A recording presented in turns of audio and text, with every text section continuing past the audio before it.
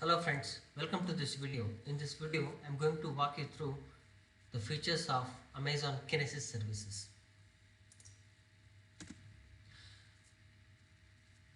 In this video, we will learn what is Amazon Kinesis service. Then we will have a deep dive into the different services that Kinesis has. Kinesis video streams, data streams, Firehouse and data analytics. First, let's understand what is Kinesis service. Amazon Kinesis makes it easy to collect, process and analyze real-time streaming data so you can get timely insights and react quickly to new information. So basically what does it mean is Kinesis helps you to get GBs together data from different sources and process it and generate the desired output of it. Okay, that's what the Kinesis is all about do. In terms of the kind of the data that Kinesis ingests are videos, audio, application logs, website click streams, IoT telemetry data, etc. So it does mean that it can receive the data from any kind of device and in any pattern, right? In terms of benefits of the Kinesis, it's a real time. So what we are talking in terms of these data that Kinesis is receiving, it's all real time. It process, it work on it in real time. It's a fully managed service. You really need not to install any applications. You really need not to manage any of the EC2s or the operating system. It's a fully managed service, and it is scalable as well. So depending on the number of data that you receive, it scales up and scales down on demand. In terms of Amazon Kinesis, there are 4 services as on date. The first service is called as Kinesis Video Streams, which will help you to capture, process and store video streams. Kinesis Data Streams, which will help you to capture, process, store data streams. Then you have Data Firehouse, load data streams into AWS data stores. So whatever the data that you receive into the streams, you can load them after processing into a different data stores. Then Kinesis Analytics. Analytics help you to do the data streams or analyze the data streams using SQL or Java. Okay. So don't worry if you don't understand now. We will get deeper into each of these service and we will see how they actually work. The first service that we will look at is Kinesis Video Streams. So it's a fully managed service from AWS that can be used to stream live video from devices to AWS cloud for real-time video processing. Okay, it's a real time.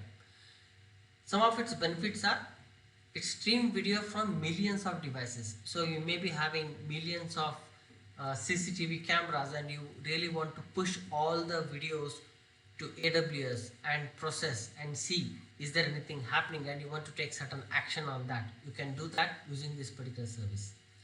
It is built real-time vision and video enabled apps. So any video enabled apps can be used. It has a feature of playback live and recorded video streams. So within the stream you can also play back and check if something has happened and you can take a necessary action on that.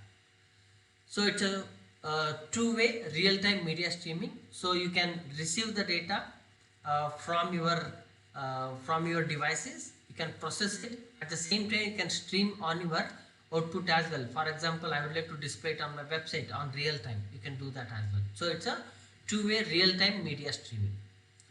It's secure as well. Okay, it supports AWS IAM service for your access control of the data. It does encryption at rest using KMS and then it does the encryption at transit using TLS. It's durable, searchable storage. It uses basically an S3 to store the data, so it is quite easy to search and S3 itself is known for its durability in terms of maintaining the data. So you literally no need to have any infrastructure to do all these things.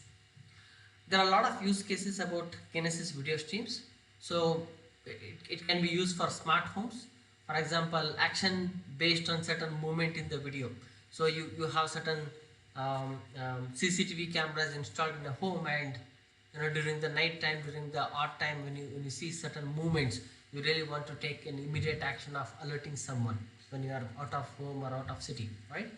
So that's a very basic feature that you can do. You can do it for smart city as well, like traffic light monitoring. Has somebody crossed or violated the traffic light regulations, you can do that. A lot of use cases are around industrial automation as well, wherein using this, the equipment preventive maintenance activities have been taken care using machine learning frameworks. How Kinesis video streams works? So you have the devices which can give you an input to your video streams. Then you have a Kinesis video streams service that you enable on AWS, and once the data is received into this video streams, you can send it to your different applications to do the different kind of processing on those videos. You can send it to SageMaker, recognition as well, then all the different logics, the ML logic that you can use. There are certain components that you need to understand about the Kinesis video streams. One, we call it as a producer. The producer is basically nothing but the device which will help you to generate or which will generate that video streaming, right, are the producers. So you also have Kinesis video streams producer libraries as well. So it may not be a device, it could be an application as well, right? Maybe your mobile application or another app which probably is producing certain videos, and that you want to stream to your Kinesis video streams. So you can use these libraries. Then Kinesis video stream, it is the actual stream, it's the actual Kinesis stream that receives the data from the different sources.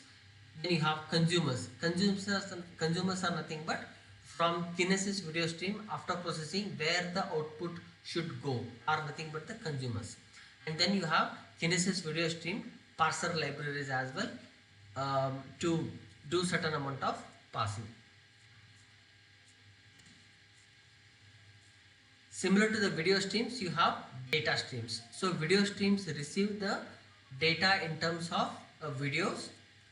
Data streams receives in terms of the pure data, and it can capture GBs together data and can deliver to analytics applications within 30 milliseconds. Look at the timing. So the data, GBs together data that it can receive, it can send that data to its consumers or to its as an output within the 70 milliseconds from the time it has received that particular data. So 70 milliseconds is much lesser than a second. It's durable.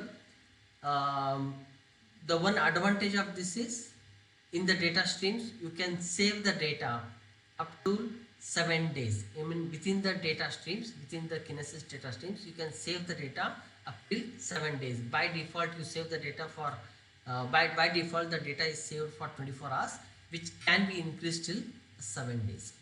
It's quite secure as well, because the data streams works within the AWS VPC, so you can have all your firewall configurations, including security group, access control, and all the networking level restrictions that you can put with that. It also has an encryption at rest using SSE and KMS service. It's easy to use. It supports AWS SDK, then Kinesis client libraries and connectors and agents. It's a low cost as well, because there is no upfront cost to that, as you just need to pay as you use it. Use cases. Netflix largely uses it to monitor their communication between their applications, so that they can fix it very quickly. Then Zillow uses this Kinesis data to collect public record, so that they do the real time they can give a better value estimate for the home buyers and sellers. Thomson Reuters uses to gain insight from a data generated by its offerings and continuous improve on their user experiences on whatever the products that they are selling. Hertz built built a clickstream analytics solution by using Kinesis to transmit and process 30 terabytes of data in a day from 300 plus hertz website worldwide. Okay, so they use this clickstream to take the input from these websites, process it, and then take necessary actions on that. This is how it works. So you have the input, and from the inputs Kinesis data streams receives the data, and then it can be sent to the various applications so that they work on this particular data and the output can be generated. In terms of Kinesis data streams, it has many components than the video streams. Let's look at them. Any data that you receive is called as a data record. Data stream is nothing but it's a group of multiple data record is called as a data stream. Each data record can be by default maintained for 24 hours within that data stream to a maximum of 168 hours, which is nothing but 7 days. Then you have Kinesis client library that ensures every shard there is a record processor running and processing that particular shard. So I will come to shard in the next slide. Then you have producers and of course the consumers. So producers are the one who generates the record and sending it to the data streams, and consumers are the one who are using the processed data. So these are your consumers. So in terms of shard is the thing, but it has a sequence of data records in a stream. Okay, so let me just go to the next slide and explain what is the shard first. So this is what the shard is. So we have multiple producers which are producing the data and sending to your Kinesis data streams. Within that Kinesis data streams, you are receiving the data in terms of a shard. You can consider each shard is one set of or one kind of data that you receive is nothing but shard. So there is a very big limit that AWS gives you. You can have 500 shards in the US region, and there are 200 shards that you can have in the rest of the region. However, these numbers are soft limits. You can reach out to AWS and they can increase as well, but these are the default numbers.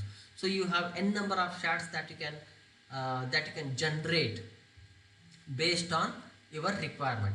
So shards are basically nothing but you are segregating the data. For example, you want to receive all the EC2 instances generated data into the first shard. The second client can go to the shard number 2. Maybe all mobile client data you want to send it to shard number 3, and then traditional servers you want to send it to shard number 4. Okay, so this is how you create a multiple shards so that you receive a different kind of a data within this. Okay, and there can be more than one shards. Required number is mentioned during the creation of the stream. So you mention these number of shards during the creation of the stream as well, and even dynamically you can increase or decrease these shards. The total capacity of the stream is the sum of the capacity of this particular shard. Okay, ingest rate per shard is 1 MB. It means the another point that you consider to have this number of shards is the capacity. So each shard can receive a maximum of 1 MB per second data, or a maximum of 1000 messages is the capacity. For example, you have more than 1 MB of data to be received in the shard, then you need to have multiples of so many MBs into this particular shard. Data read rate is 2 MB per second. It means the output, the data, these consumers can read the data from this shard at the rate of 2 MB per second. Then there is a partition key and there is a sequence number.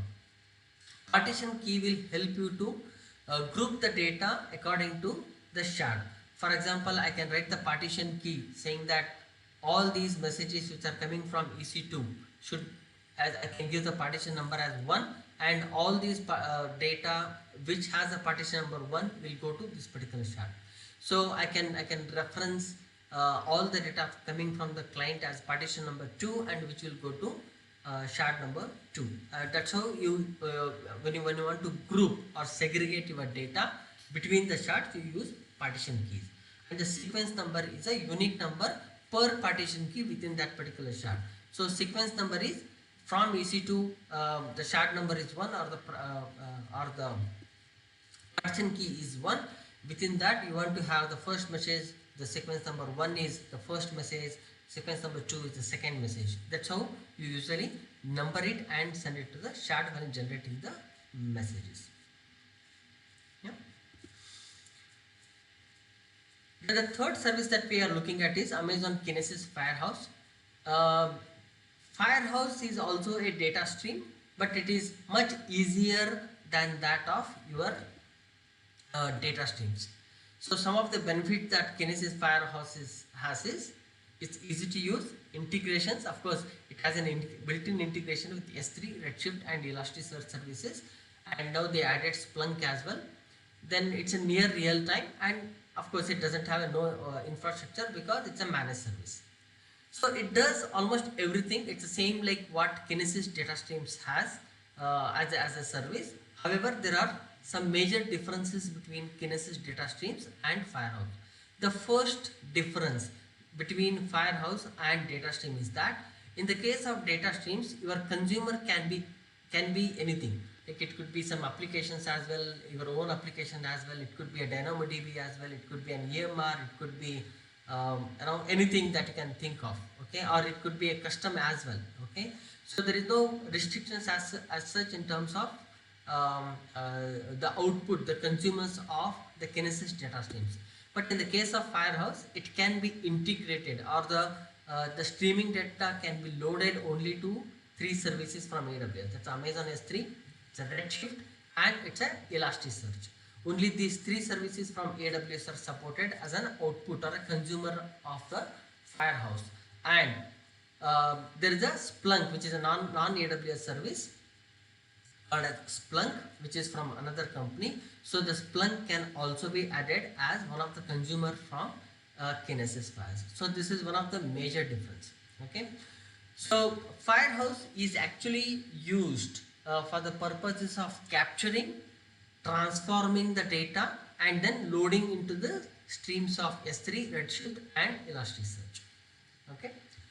The another major difference between Firehouse and data stream is that in terms of the time it takes to deliver the data to its destination. So in terms of Kinesis data streams, we looked at it is 70 milliseconds, which is nothing but much less than a second. In the case of Firehouse, it is 60 seconds. Okay, delivers within a 60 seconds. So there is a huge difference between the time it takes to deliver the data to its consumers. Yeah, so these are the 2 major differences between a Kinesis, Firehouse and a data streams. How the data Firehouse works? It of course takes the same inputs, then it works. It captures, ingests all the data, and then it sends either to S3, Redshift, Elasticsearch and Splunk, and then from here you probably send it to whatever the other applications for your further processing. Some of the key concepts here. So you have Kinesis data Firehouse delivery stream, which is nothing but this one, and then you have a record. So anything that is coming is a record. So a record can be as large as 1000 KB. Then you have data producers, which are the actual producers of your data, which are sending to Firehouse. Then there is a buffer size and buffer interval as well. Okay, so buffer size is nothing but before sending the data to either S3, Redshift or Elasticsearch, Kinesis can hold the data for some time, and that is called as a buffer. But that particular buffer is in terms of seconds. So it is not in terms of an hours and all. It can hold for couple of seconds before it sends the data to its consumers. And the buffer size is in terms of MB. So I try to put across the main differences between the data streams and the Firehouse here. So the purpose is it's a continuously ingest gigabytes of data per second from different sources. Firehouse, it captures, transforms and load streaming data to data lake services. The data lake services are S3, or it can be your Redshift, or it can be the Elasticsearch. Speed of the data processing, so it delivers within 70 milliseconds. This takes 60 seconds.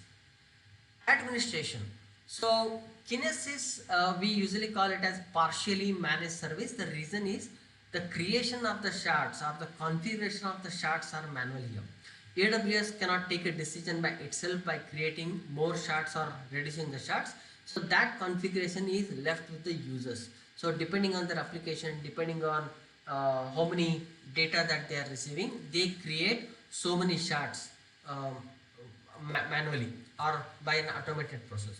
But it is moreover is a configurable item from an user perspective. That's why it is partially managed service. Only the shards are being managed. Okay, the remaining all the infrastructure underneath infrastructure is still created by AWS itself.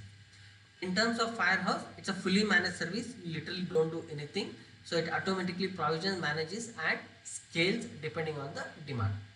Scaling, manually configure scaling by configuring the shards. As I said, shards configuration is the only configurable item in terms of data streams. Here it is fully automated scaling. Data storage, it can store the data up till 7 days securely because it stores in S3 as well. So it stores the data securely as well as durably. Here it cannot store the data. However, we looked at the buffer time, but however that buffer time is in seconds. Reply records, because it can store the data for 7 days, you have a facility wherein you can it can read and you can read and replay the records in the same order. Okay, but whereas such features are not possible with the Firehouse. Consumers, supports any consumers. In the case of Firehouse, it supports only S3, Redshift, Elasticsearch and Splunk as its consumers.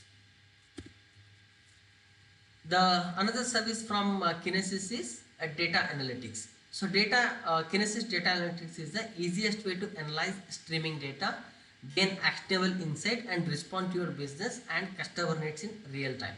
So basically what it means is when you receive a data from different streams, even your data stream can also be one of your producer for data analytics. When data stream receives the data and you really want to look at that particular data and come out with some analysis, then you use a Kinesis data analytics. So some of the benefits, it's very powerful real-time processing. It processes streaming data with sub-second latencies. Okay, it is real time. You don't need to store the data in S3 and then use some of your algorithms to analyze the data. No, as the data it receives, you start analyzing the data and produces produces the output of it. The very important good thing about data analytics is it supports the standard SQL. You don't need to learn a new language altogether or don't need to write a huge code to do this analytics. It supports a standard SQL. It also supports Java. You can also use Java libraries and then you can use your analytical queries to get your desired output of it. It's very easy to use. You have 3 simple steps: set up streaming data source, write queries, and then set up destination for processed data. This is what you do as part of your analytics. It's of course low cost because you just pay for what you use and there is no upfront cost for that. There are a lot of use cases associated with data analytics. Log analytics. So you may be having very business critical applications and every log that it generates, you really want to monitor and you really want to do an analytics of you want to analyze that particular log file for failures or to do some proactive measures. You can use data analytics for that. So your logs can be an input to your data stream. From data stream you can send it to your data analytics, or from log analytics you can directly send to data analytics, and it can work on that as well. Clickstream analytics, which is very important on the website, on which part of the website you have clicked. Based on that you can analyze where, on which part of the website is the user is more interested in, and you can take certain action on that. Internet of Things, of course. Ad agencies uses data analytics a lot, because one of their very important thing is on the click stream. So they probably have some advertisement on right hand side, and probably have some sort of advertisement at the left hand side, okay, of the website. And depending on where the user has spent time, where the user has clicked most, they can take certain actions to produce so many ads to similar ads to that particular user. Then of course for gaming as well, to understand how he is using that particular game. You must have seen, after certain time, for certain games you will get some hints as well, right? So you do all those analytics based on that. How it works? So it captures the data from Amazon MSK, Amazon Kinesis data streams, and other data sources. So your Kinesis data stream can also be an input to data analytics. You can receive to data streams, and then you can send that data to data analytics for further analyzing as well. Or you can make that particular application directly send the data to Kinesis data analytics as well. And once the analytics is done using SQL or a Java, then the desired output is generated. So this is how the 3 steps that we just spoke earlier. So download the open source libraries into your favorite IDE, your Java IDE, and then build sample application that you really want to do that, and upload your code to Kinesis data analytics. So you write your entire code and you just upload that. Whenever the data comes, it executes that code, check for that particular pattern, and execute something. The same way you want to do with the SQL as well. So configure an input stream from where you want to receive the data, then write your SQL queries. It's a simple SQL query that you have been learning, or you have been using from so many years. So it's the same queries that you will write, and you will produce your output stream. Okay. So that's it, what I had for the Kinesis introduction. I hope I covered all the services of the AWS Kinesis, and this particular video was helpful to you. Okay. So this is the part 1 of the video. I will be coming out with the demonstration of each of these particular services, wherein I will go and I will explain. I'll give a demonstration of all these different services, all the 4 services, in the upcoming videos. Okay. So that's it for this particular video, guys. Thank you.